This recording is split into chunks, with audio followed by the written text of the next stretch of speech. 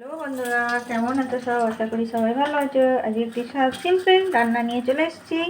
এখানে এই যে পালং শাক ভাপিয়ে রেখেছি, মানে হালকা জলটা ফেলে দিয়েছি। আমি যে কোনো শাক করলে এইভাবে করি। বাঁধাকপি ওটাও ভাপিয়ে রেখেছি। কীভাবে আমি পালং শাক রান্না করব সেটাই দেখাচ্ছি। এখানে ভাত হচ্ছে,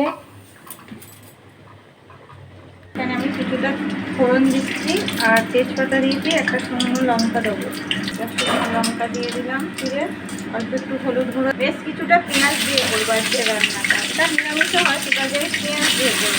হলুদটা দেওয়ার কারণ যাতে তেলে পেঁয়াজ দিলেই না জল পেঁয়াজ ছিটকে যায় চারিদিকে, তাই যাতে না জল ছিটকায় সেই জন্য একটু অল্প হলুদ দিয়ে দিই।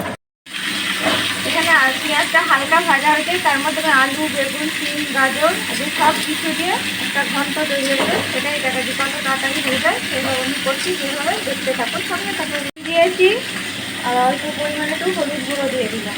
যেগুলো ভাজা হয়ে গেছে, 1 চামচ মতো আমি আদা বাটা দিয়ে দিলাম, ধনে গুঁড়ো 1 চামচ, জিরে গুঁড়ো 1 চামচ, লঙ্কা গুঁড়ো,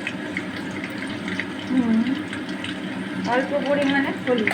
মশলাটা কষানো হয়ে গেছে, এর মধ্যে আমি বাকি জিনিসগুলো দিয়ে দেবো। এখানে কিছুটা কড়াইশুঁটি আছে, কড়াইশুঁটি দিলাম। শীষ পালংয়ের যেটা ভাপিয়ে রেখেছিলাম দিয়ে দিলাম। আর বাঁধাকপি দিয়ে এই যে খেয়েছেন বলেন, বাঁধাকপিটা দেওয়ার কারণ হলো পালং শাকের একটা কষাতে ভাব থাকে, সেইটা কেটে যাবার এটা দিলে স্বাদটা বাড়িয়ে দেয়। এবং ভালো করে মিশিয়ে নিতে হবে।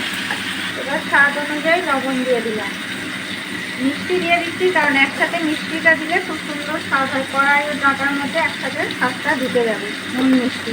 এবার ভালো করে কষিয়ে জল দিয়ে ঢাকা দিয়ে দেবো। পালং শাকের ঘন্টটা হয়ে গেছে, পানমিশরি ঘন্ট। এইভাবে খুব জলদি হয়ে যায়। যদি ভালো লেগে থাকে অবশ্যই লাইক কমেন্ট করবেন। আর নামাবার সময় একটু ভাজা মশলা রেখেছি, ভাজা মশলাটা ছড়িয়ে দেবে। হয়ে গেল। আর আপনারা যারা নিরামিষ খান তারা একটু আদা বাটা, জিরে, ধনে গুঁড়ো দিয়ে এইভাবে করে দেখতে পারেন, খুব ভালো লাগে এটা। ভাজা মশলাটা দিয়ে দিলাম খুব অল্প, এর স্বাদটা একটু আরও সুন্দর করবে।